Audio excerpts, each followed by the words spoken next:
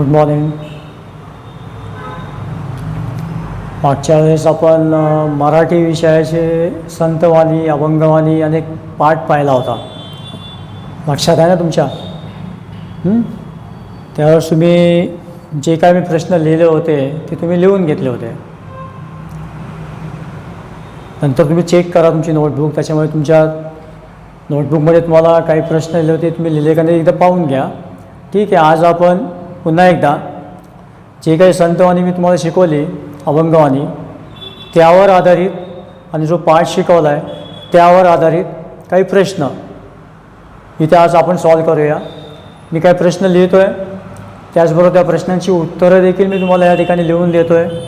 आणि काही प्रश्न तुम्हाला असे देतो आहे की ते तुम्ही आठवून लिहायचे की हां, हे सरांनी मागच्या वर्षी शिकवलं होतं, आपल्याला आठवते मला, आणि त्यानुसार तुम्ही ते प्रश्न सॉल्व करायचे आहेत. म्हणजे आज मी तुम्हाला काही प्रश्न आणि त्याची उत्तरं दोन्ही लिहून देणार आहे.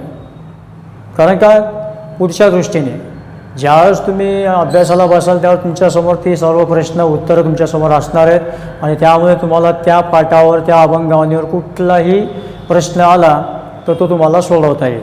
ठीक आहे. तर आज आपण संतवाणी म्हणजेच अभंगवाणी आणि पाठ 3 शाल, लेखक राघव जाधव, बरोबर, हां, यांच्या पाठातील जे काही प्रश्न, महत्त्वाचे प्रश्न आहेत ते आज आपण या ठिकाणी आपण सोडवूया. ठीक आहे.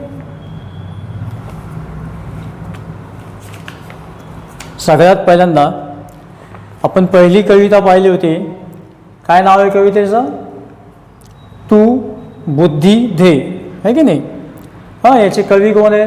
गोरू ठाकूर. म्हणजे तुमच्या लक्षात आलं असेल ना की नेमकं मला काय सांगायचं आहे.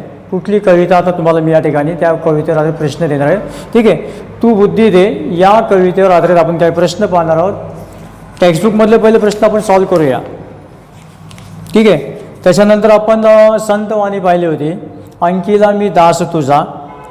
त्याचबरोबर त्याच्याच बरोबर आपण अजून एक संतवाणी पाहिली होती, ती म्हणजे योगी सर्व का सुखदाता. म्हणजे आपण या 2 संतवाणी पाहिल्या होत्या आणि पहिली एक कविता पाहिली होती. आणि त्याच्यानंतर जाता जाता आपण पाठ 3 शाल हा देखील आपण पाहिला होता. तर आज मी सुरुवातीला संतवाणी, अंकीला मी दास तुझा, पहिली जी कविता आहे तू बुद्धी दे, ॲक्च्युली ही प्रार्थना आहे. त्यामुळे ह्या प्रार्थनेवर आपल्याला काही प्रश्न परीक्षेमध्ये विचारले जाणार नाहीत. प्रार्थना म्हणजे काय की आपण सकाळी उठल्यानंतर जे प्रार्थना म्हणतो त्या प्रकारे आपल्याला प्रार्थना फक्त म्हणायची, तू बुद्धी दे, की जेणेकरून आपला अभ्यास, आपला दिवस चांगला गेला पाहिजे. ठीक आहे. तर आज आपण पाहूया संतवाणी 2 मधली अंकीला मी दास तुझा. ठीक आहे. मी लिहितो इथे.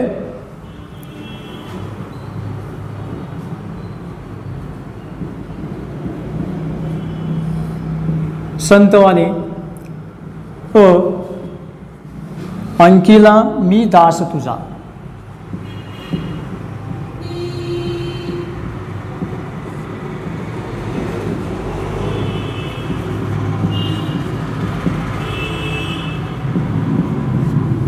ठीक आहे. तर या संतवाणीमध्ये मी मागच्या वेळी तुम्हाला सांगितलं होतं की संत नामदेवांनी या संतवाणीमध्ये नेमकं काय सांगितलं आहे, कुणाविषयी सांगितलं आहे, त्यांना काय सांगायचं होतं, हे सगळं आपण अभ्यासलेलं आहे. ठीक आहे. लक्षात येतं ना तुमच्या? आता आठवतं आहे ना? ओके. ठीक आहे. तर अंकीला मी दास तुझा या संतवाणीमध्ये जे काही शिकवलं आहे त्यावर आधारित टेक्स्टबुकवर मध्ये जे काही प्रश्न आहेत ते आपण इथे पाहणार आहोत. ठीक आहे. तर पहिला जो प्रश्न आहे, पाठाच्या आधारे खालील कृती केव्हा घडतात ते लिहा. आता पाहिजे प्रश्न काय?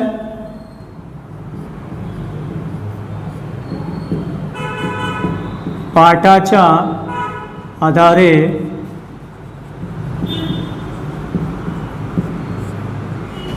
आधारे खालील कृती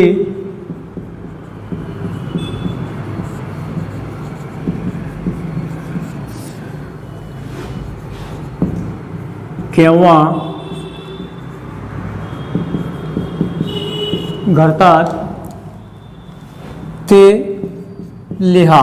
म्हणजे आपला पहिला प्रश्न आहे की पाठाच्या आधारे खालील कृती केव्हा घडतात ते लिहा. म्हणजे आता इथे पहा, पहिला माता धावून जाते. माता धावून जाते. ठीक आहे. तर त्या ह्याच्या पुढे आपल्याला पाहायचं की कृती नेमकी केव्हा घडलेली आहे, की माता केव्हा धावून जाते. आलं लक्षात तुमच्या? आठवते कविता? संतवाणी आठवते? हां, टेक्स्टबुक समोर असेल तर चांगली गोष्ट, नसेल तर पहा. अग्नी माझी पडे वाळू, माता धावे कनवाळू. आठवली का लाईन ती? म्हणजेच माता धावून जाते. तर कृती केव्हा घडते? जेव्हा उत्तर आहे, जेव्हा बाळ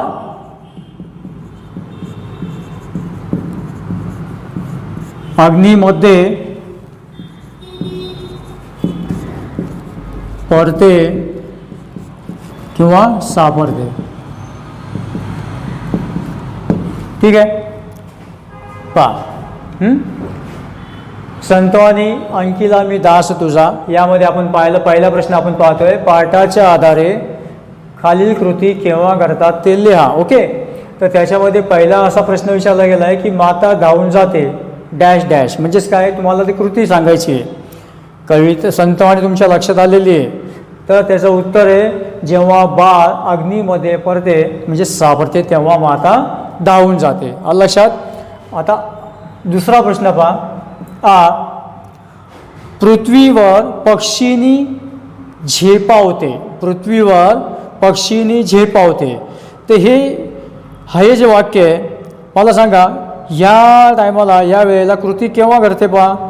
जेव्हा चिमणीचे पिल्लू खाली पडते तेव्हा ती पक्षीनी पृथ्वीवर झेपावते.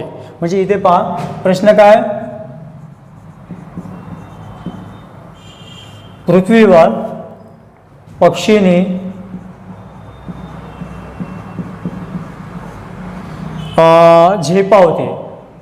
झेपावते. ठीक आहे. डॉट डॉट डॉट म्हणजे तुम्हाला पुढे लिहायचं आहे की कृती केव्हा घडते, आहे की नाही. तर ही कृती केव्हा घडते पहा, जेव्हा इथे चिमणीचे पिल्लू धरतीवर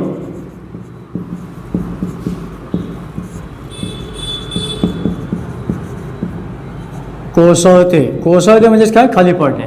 ठीक आहे. तेव्हा पृथ्वीवर पक्षीनी झेपावते. आलं लक्षात तुमच्या? पुढे पहा, तिसरा जो आहे, हरिणी चिंतित होते. ठीक आहे. हा तुमच्यासाठी प्रश्न आहे. त्याच्या आधी गाय हमरत धावते. हे दोन प्रश्न तुम्हाला सॉल्व करायचे आहेत. गाय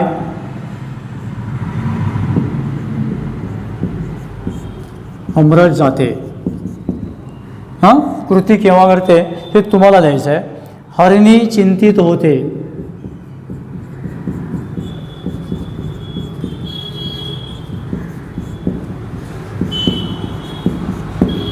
ठीक आहे. पहा, पहिले दोन प्रश्न आपण सॉल्व केलेत. माता धावून जाते, क्रिया कृती आपण पाहिली. पृथ्वीवर पक्षीने झेपावते, कृती आपण पाहिली. गाय हमरत जाते, आता ही क्रिया केव्हा घडते हे तुम्हाला लिहायचं आहे. हरिणी चिंतित होते हे देखील तुम्हालाच लिहायचं आहे. आलं लक्षात? हे तुम्हाला का लिहायचं आहे? कारण तुम्ही कविता नीट ऐकलेली आहे, तुम्ही समजून घेतलेली आहेत. हां, त्यामुळे तुम्हाला आठवेल की नेमकं काय क्रिया आपल्याला त्या ठिकाणी लिहायची. ओके. हां, आलं लक्षात? हा झाला पहिला प्रश्न. पुढे दुसरा प्रश्न लक्षात आला तुमच्या? दुसरा प्रश्न मी हा रफ करून लिहितोय.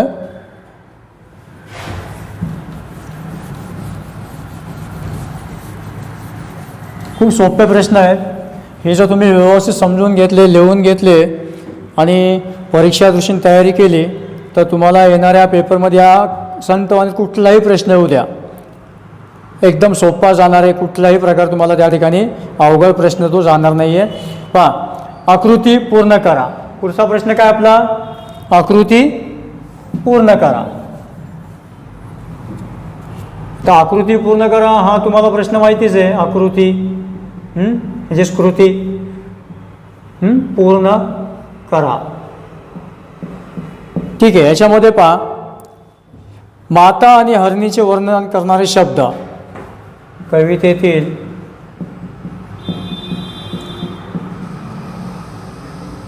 माता आणि हरिणी. ओके, माता आणि हरिणी चे वर्णन करणारे शब्द.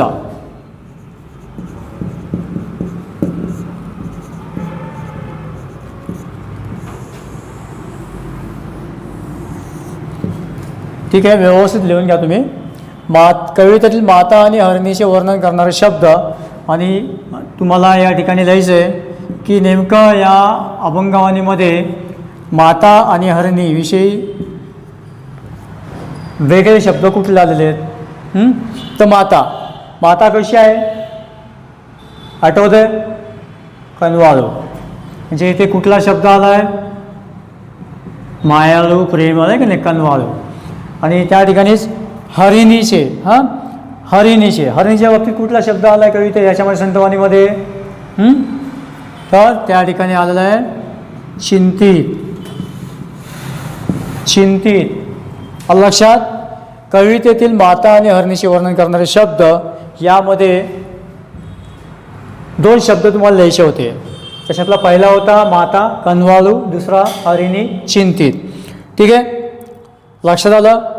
समजून घ्या आणि लिहून घ्या. पुढे पहा, रब करू. तिसरा प्रश्न, खूप सोपे प्रश्न आहेत. जर तुमच्या डोळ्यासमोर संतवाणी आली असेल तर तुम्हाला फटकन त्या प्रश्नाचं उत्तर सापडणार आहे, समजणार आहे. आता इथे पहिला नंतर प्रश्न पहा, कोणते लिहा. आता इथे पहिला प्रश्न दिला आहे तो म्हणजे परमेश्वराचे दास. परमेश्वराचे दास. कोण ते लिहा. आता इथे परमेश्वराचे दास कोण? लक्षात आलं? कोण? संतवाणी कोणाची आहे? आठवत आहे. म्हणजे परमेश्वराचे दास संत नामदेव.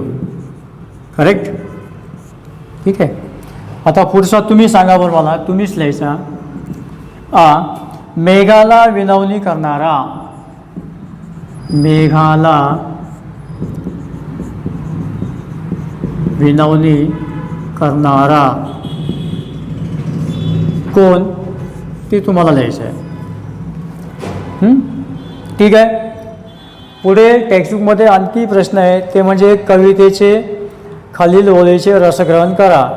सवेची झिपावे पक्षीनी, पिल्ली परताची धरणी, भुकेले वस्त्रावे, धेनू हुमरत धावे.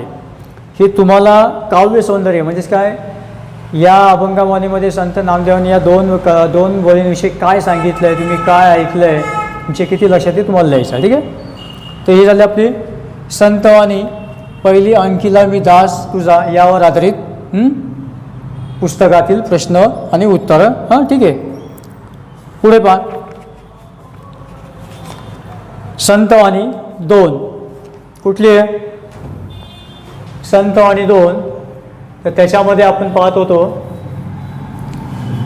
योगी सर्व काळ सुखदाता. आठवतंय ना? संतवाणी याच्यामध्ये आपण पाहत होतो की संत एकनाथांनी या अभंगवाणीमध्ये नेमकं काय सांगितलंय. त्याच्याबरोबर त्यांना या अभंगामध्ये नेमकं काय सांगायचं होतं, कुणाविषयी सांगायचं होतं, त्यावेळेस त्यांनी कुणाकुणाची तुलना केली होती, आठवतंय ना? पाणी आणि योगी पुरुष. ओके, आठवा म्हणजे तुमच्या लक्षात येईल. मागच्या वेळेस आपण अभंगवाणी नीट ऐकली, समजून घेतली, त्या अभंगवाणीमधले कठीण शब्द आपण नीट समजून घेतले, प्रत्येक कवितेचा ओळींचा भावार्थ सरळ साध्या सोप्या शब्दात तुम्ही समजून घेतला. ओके नाही? आता त्याच अभंगामध्ये आपण टेक्स्टबुकमधले काही प्रश्न आपण या ठिकाणी सोडवतोय आणि सोडवत असताना तुमच्या लक्षात येतं आहे की येस हेच उत्तर असणार आहे. हां, हो, सरांनी हे सांगितलं. ओके, हे आठवायचं आहे.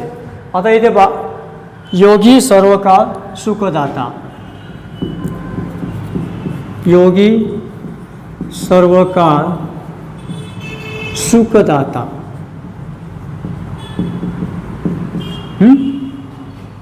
संत एकनाथांनी या योगी सर्व काळ सुखदाता या अभंगामध्ये आपणास काय सांगितलं आहे हे आपण पाहिलेलं आहे. मग आता पाहूया या अभंगावरती आधारित, या अभंगवाणीवरती आधारित काही प्रश्न आपण आणि त्या प्रश्नांची उत्तरे पण आपण इथे पाहूया. ठीक आहे, पहा पहिला प्रश्न,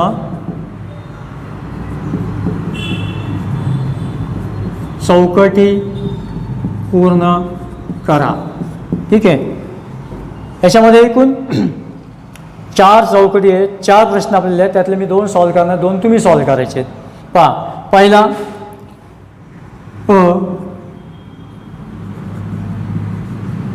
अभंगात वर्णिलेला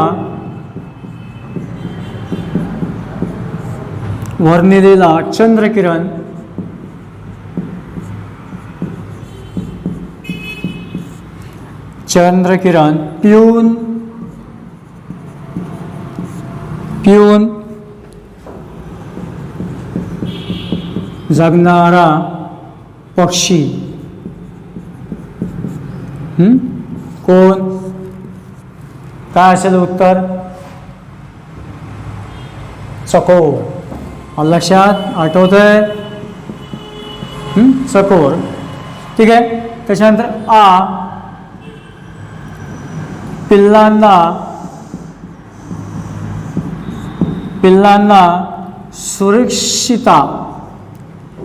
सुरक्षिता देणारा या देणारे. काय असेल याचं उत्तर? याचं उत्तर आहे अभंगवाणी आठवते, पंकोवा. ठीक आहे, पंकोवा. आणि पंकोवा या शब्दाचा अर्थ आपण पाहिला होता. पंकोवा म्हणजे काय? की जो पक्षी असतो त्या पक्षीचे जे पंख असतात, ठीक आहे, त्याला म्हणतात पंकोवा. हां, तिसरा जो आहे चिरकाल टिकणारा आनंद. चिरकाल टिकणारा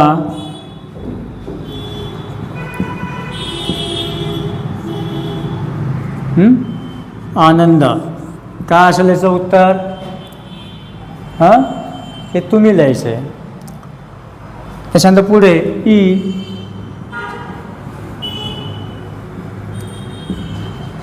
व्यक्तीला सदैव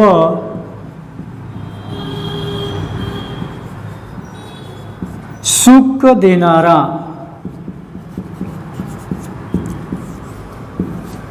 काय असेल याचं उत्तर? आठवते अभंगवाणी? हरकत नाही. व्यक्तीला सदैव सुख देणारा कोण? योगी. है ना? योगी. आठवत आहे ना?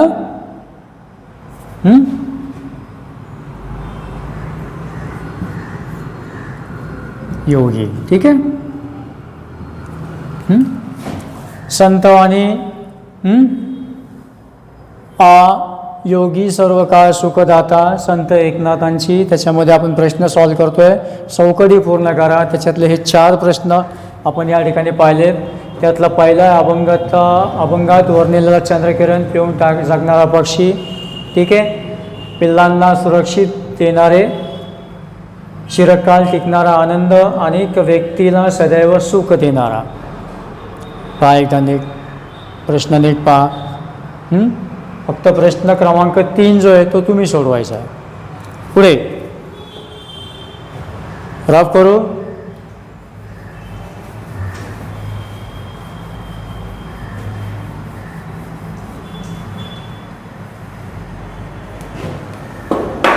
पहा पुढे खालील आकृती पूर्ण करा. पुन्हा आकृती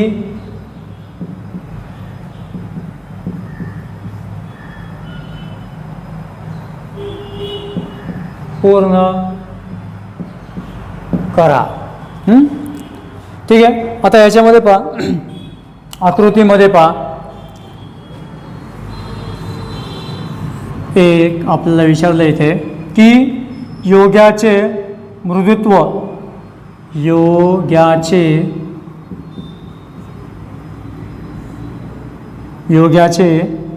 मृदुत्व सर्वांशी त्याप्रमाणे, सर्वांशी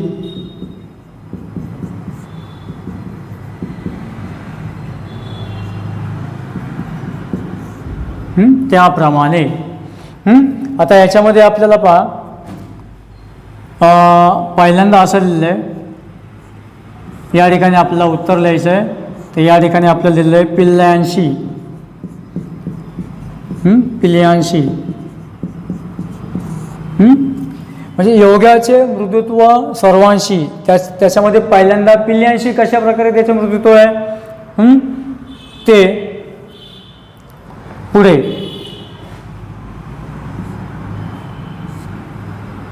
जीवांशी, जीवांशी ते लिहायचं आपल्याला, जीवांशी. त्याच्यानंतर चंद्रकिरण,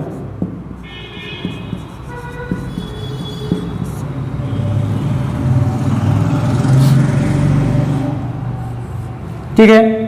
आता याच्यामध्ये तुमच्या लक्षात आलं का की योग्याचे मृदुत्व सर्वांशी त्याप्रमाणे, म्हणजे पिल्ल्यांशी कशाप्रमाणे दाखवलं आहे, कशाचं उदाहरण देऊन, पक्षी. तर इथे उत्तर काय येईल, पक्षी. जीवांशी, जीवांशी म्हणजेच काय, जीवन है ना. त्याच्यानंतर चंद्रकिरण, चंद्रकिरण सखोल. ठीक आहे. आलं लक्षात तुमच्या. योगाचे मृदुत्व सर्वांशी त्याप्रमाणे, पिल्ल्यांशी पक्षीप्रमाणे, जीवांशी जीवनाप्रमाणे आणि चंद्रकिरण चकोराप्रमाणे. ठीक आहे. आलं लक्षात.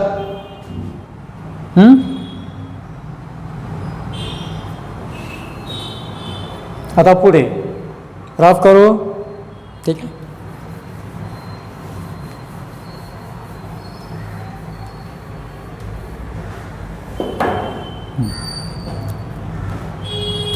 पुढील प्रश्न आहे, खालील तक्ता पूर्ण करा. योगी पुरुष आणि जीवन म्हणजेच पाणी यांच्यातील फरक स्पष्ट करा. आता योगी पुरुष म्हणजे काय, चिरकाल आनंद देणारा. ठीक आहे. आणि जीवन पाणीविषयी काय आपण म्हणणार आहे, क्षणी आनंद देणारा है ना. म्हणजे पाणी पिल्यावरती आपला आत्मा तृप्त होतो का नाही, जीभ सर्व इंद्रिय आहे का नाही, जीभ तृप्त होते, मनाला तेवढं शांत बरं वाटतं है ना.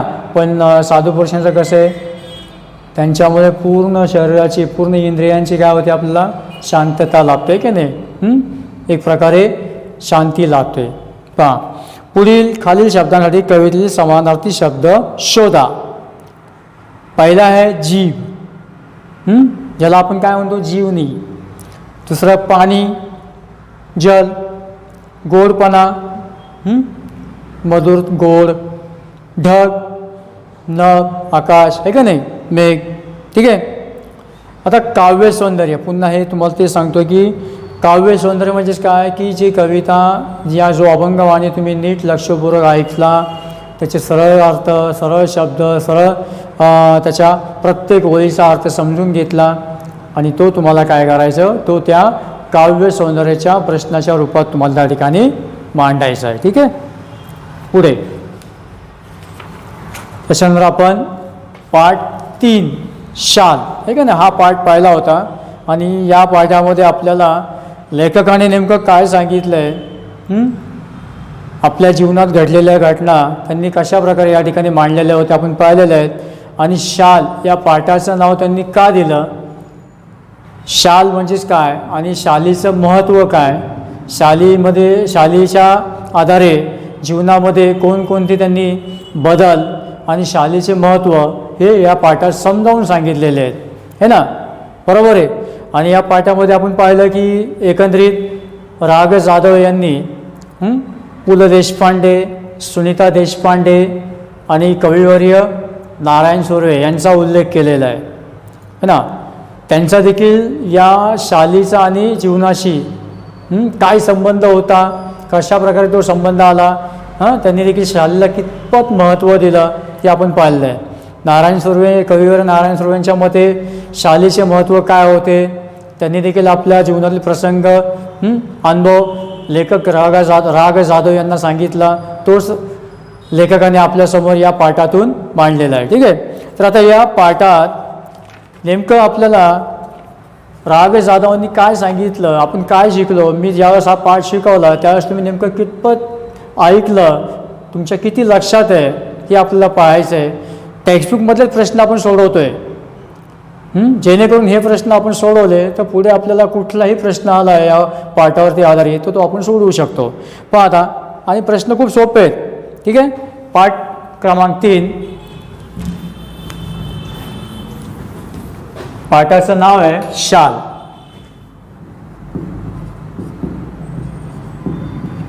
आणि याचे लेखक देखील आपल्याला माहिती आहेत, कोण आहेत, रा ग जाधव.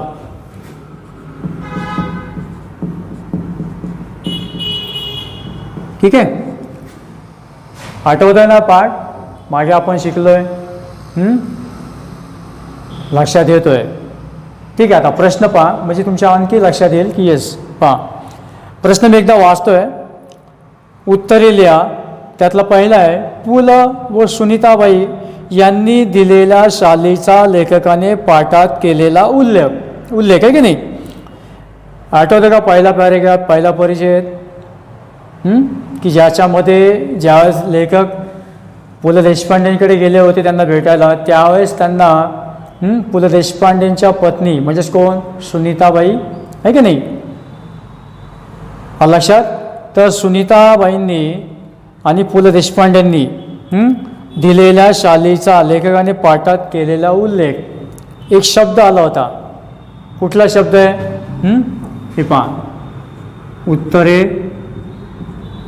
लिहा असा प्रश्न आहे. त्याच्यात हा प्रश्न विचारला गेला आहे. तर तुम्हाला फक्त तो एक शब्द आठवून लिहायचा आहे. आणि तो शब्द तुम्हाला पाठामध्येच मी तुम्हाला मागच्या वेळेस सांगितला होता, आठवतोय का. तो शब्द आहे पुलकित शाल. लक्षात, पुलकित शाल. ठीक आहे. दुसरा प्रश्न असा होता, 2004च्या मराठी साहित्य संमेलनाचे अध्यक्ष, 2004च्या मराठी साहित्य संमेलनाचे अध्यक्ष कोण होते. कन्फ्यूज होऊ नका, नारायण सुर्वे अजिबात नाही, कारण तुमच्या डोळ्यासमोर लगेच नारायण सुर्वे आठवतील, बरोबर आहे, कारण पाठात नारायण सुर्वेंचा उल्लेख केला गेलेला आहे. परंतु तुमच्या लक्षात आलं असेल तिसरा परिच्छेद ज्यावेळेस मी वाचत होतो, एक्सप्लेन करत होतो, त्यावेळेस सन 2004च्या मराठी साहित्य संमेलनाचे अध्यक्ष मी शब्द वापरला गेला आहे. मी म्हणजेच कोण, लेखक कोण आहेत, राग जाधव. म्हणजे याचा अर्थ काय आला, या प्रश्नाचं उत्तर काय, राग जाधव. लेखकाचं नाव इथे आपल्याला लिहायचं आहे, नारायण सुर्वेंचं नाव नाही. प्रश्न क्रमांक 3, पाठात उल्लेख असणारी नदी. आठवते लेखक साताऱ्याला गेले होते वाईला, त्या ठिकाणी एक नदी वाहत होते. त्या नदीजवळ गेल्यानंतर लेखकाने कुठले दृश्य पाहिले हे तुमच्या लक्षात आलं असेल. आता परिच्छेद क्रमांक 4 आठवतंय ना. हां, म्हणजेच त्या ठिकाणी उत्तर काय असणार आहे? कोणती नदी? हां, कृष्णा नदी. आलं लक्षात? 4 संमेलनाचे पुढे नीट ऐका. सभा संमेलने गाजवणारे कवी. फरक लक्षात येतोय का? 2004च्या मराठी साहित्य संमेलनाचे अध्यक्ष आणि आता सभा संमेलने गाजवणारे कवी. पाठात एक शब्द आला तो बघा, कविवर्य. आता काय उत्तर येईल? येस, तुमच्या डोळ्यासमोर आला असेल, कविवर्य नारायण सुर्वे. याचा अर्थ इथे उत्तर काय ना? नारायण सुर्वे. ठीक आहे, पुढे पहा. खाली शालीचे पाठात दिले आलेले विविध उपयोग लिहा. प्रश्न क्रमांक 2, शालीचे पाठात आलेले विविध उपयोग लिहा. हां, शालीचे उपयोग एकंदरीत आपल्याला 5 उपयोग लिहायचे आहेत. किती लिहायचे आहेत? 5. मग आता आठवा बघू, डोळ्यासमोर पिक्चराईज करा पाठ. ठीक आहे, त्यातला पहिला मी एक सांगतोय, अंगावर मिरवणे. पहिला उपयोग काय? अंगावर मिरवणे. दुसरा उपयोग हेच तुम्हाला येत असेल तरी ऐका नीट. पहिला उपयोग आहे अंगावर मिरवणे. दुसरा उपयोग आहे सन्मान करणे. तिसरा ऐकून घ्या, तिसरा उपयोग आहे गरजवंताला देणे. आठवतं ना, लेखकाने एका बाईला तिचं बाळ कुरकुरत असताना शाल दिली होती आपल्याजवळची. आणि चौथा उपयोग आहे भिक्षा करायला देणे. आठवते पुन्हा पाठातला प्रसंग? लेखकाने एका भिकारीला एका भिक्षेकराला आपली शाल दिली होती. त्याचा त्याने पुढे काय उपयोग केला? आणि उपयोग 5वा अभागी लोकांना देणे. अभागी म्हणजे काय? ज्यांचं कुणी नाही आहे अशा लोकांना शाल उपयोगी पडते. पाठात मी पाहिलेलं आहे, मी एकदा वाचतोय पहा. शालीचे पाठात आलेले विविध उपयोग लिहा. त्याच्यामध्ये पहिला उपयोग आहे अंगावर मिरवणे. दुसरा उपयोग आहे सन्मान करणे. तिसरा गरजवंताला देणे. चौथा भिक्षा करायला देणे. आणि 5वा अभागी लोकांना देणे. ठीक आहे, हे 5 उपयोग मी सांगितलेले आहेत. ज्यावेळेस तुम्ही हा प्रश्न सोडवायला घ्याल, ज्यावेळेस तुम्हाला प्रश्न विचारला जाईल की पाठात शालीचे उपयोग कोणकोणते सांगितलेले आहेत ते लिहा. मग मी आत्ता जे सांगितले ते आठवून लिहा. किंवा जर तुम्हाला असं वेगवेगळं आठवलं की नाही की शालीचा उपयोग अशा प्रकारे सुद्धा केला जाऊ शकतो तर लिहू शकता. असं नाही आहे की पाठातला शब्द आला पाहिजे असं नाही, फक्त तो शालीशी संबंधित आला पाहिजे. ठीक आहे. हां, पुढे खालील प्रसंगी लेखकाने केलेली कृती लिहा. ठीक आहे, आता एक कृती पहा. एका बाईचे बाळ कडाक्याच्या थंडीने कुडकुडत होते. प्रसंग आठवा. पाठ डोळ्यासमोर आणा, परिचय डोळ्यासमोर आणा आणि मग तुमच्या लक्षात येईल की नेमका प्रसंग कुठला होता. एका बाईचे बाळ कडाक्याच्या थंडीने कुडकुडत होते. तर इथे काय प्रसंग आहे? कृती काय येऊ शकते इथे? तर इथे कृती अशी येऊ शकते, लेखकाने सुटकेसमधली शाल काढली. आठवा, लेखकाने सुटकेसमधली शाल काढली व त्या बाईला हाक मारून ती शाल खिडकीतून, आठवतं ना, खिडकीतनं पलीकडे दृश्य पाहत होते लेखक, तिला शाल व 50 रुपयांच्या नोटा दिल्या. प्रसंग आठवला? पहा पुढे. म्हातारा, दुसरा प्रसंग तुम्ही सांगायचा आहे. म्हातारा अशक्त भिक्षेकरी कट्ट्याला लागूनच चिरगुटे टाकून व पांघरून कुडकुडत बसल्याचे पाहिले. त्यावेळेस लेखकाची कृती काय असेल हे तुमच्या लक्षात आलं असेल. तरी देखील मी ओरली सांगतो, नीट ऐका. 2 शाली कट्ट्यावर घेऊन आलो व कुडकुडत्या म्हाताऱ्याला भिकाऱ्याला 2 शाले देऊन टाकल्या. आलं लक्षात? पाठ तुमच्या जर डोळ्यासमोर आला, प्रसंग तुमच्या डोळ्यासमोर आला, तर तुम्हाला या प्रश्नाचं उत्तर लगेच समजणार आहे, तो प्रसंग तुमच्या लक्षात येणार आहे. ठीक आहे, हे दोन आपण पाहिले. तिसरा नंतरचा प्रश्न तो कारणे शोधून लिहा.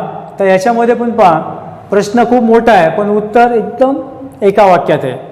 प्रश्न कसा आहे पहा, एका बाईच्या बाळासाठी शाल दिल्याच्या घटनेची ऊब पुलकित शालीच्या उभेपेक्षा जास्त होती. कारण काय असेल? कारण आठवतंय? प्रसंग आठवतोय? पाठ आठवतोय? परिच्छेद आठवतोय? पहा, मग त्याच्यामध्ये आपल्याला असं लिहिता येईल की या घटनेतून लेखकांना परोपकार केल्याचे सुख मिळाले. बरोबर ना? पहा, दुसरं कारण काय? शालीच्या वर्षावामुळे नारायण सुर्वे यांची शालीनता हरवली नाही. कारण नारायण सुर्वेंचा प्रसंग आपण आठवतोय, नारायण सुर्वेंविषयी आपल्याला लेखकांनी काय सांगितलं ते बी आपण आठवतोय.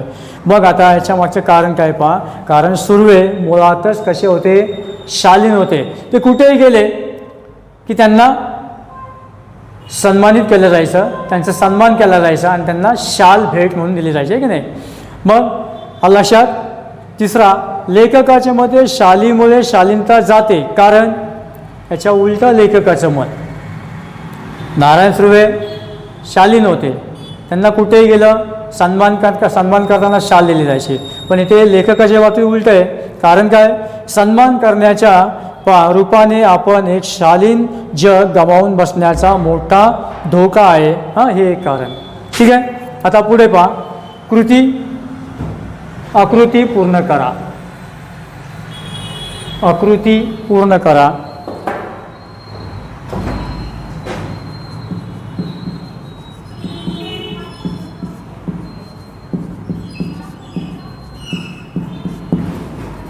आपण घाई करत नाही आहे. झालेल्या पाठावरती आधारित, त्याच्यावरती आधारित विचारल्या गेलेल्या प्रश्नांची उत्तरे आपण या ठिकाणी समजून घेतोय, सोडवून घेतोय, लक्षात घेतोय. ठीक आहे, आता इथे पहा, कृती पूर्ण करा. त्याच्यामध्ये लेखकाने भूषवलेली पदे.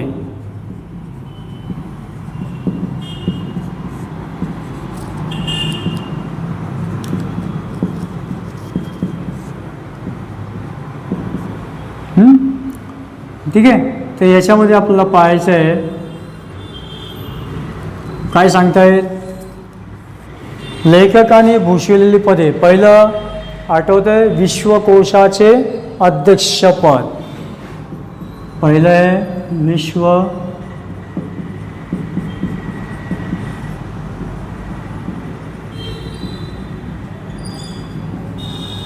अध्यक्षपद आणि दुसरं साहित्य संमेलन.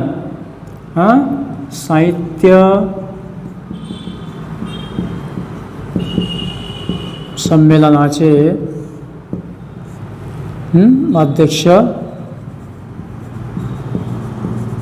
पद. ठीक आहे, काय प्रश्न? आकृती पूर्ण करा. लेखकाने भूषवलेली पदे. याच्यामध्ये आपण पाहिलं, पहिलं विश्वकोशाचे अध्यक्षपद, दुसरं साहित्य संमेलनाचे अध्यक्षपद. ठीक आहे, आपण आता याच ठिकाणी थांबूया आणि आत्ता जे काही मी प्रश्न तुम्हाला संतवाणी 1, संतवाणी 2 आणि पाठ 3 शाल यावर आधारित जे काही प्रश्न आपण या ठिकाणी सॉल्व केले आहेत ते एकदा तुम्ही नीट आठवा, समोर पहा, लिहित असाल तर ते नीट पहा उत्तरे. आपण एक तिथे थांबूया थोडा वेळ आणि राहिलेले काही प्रश्न आहेत पुढील भाग आपण थोड्या वेळाने आपण नंतर पाहूया. ठीक आहे, इथेच थांबूया आपण थोडं.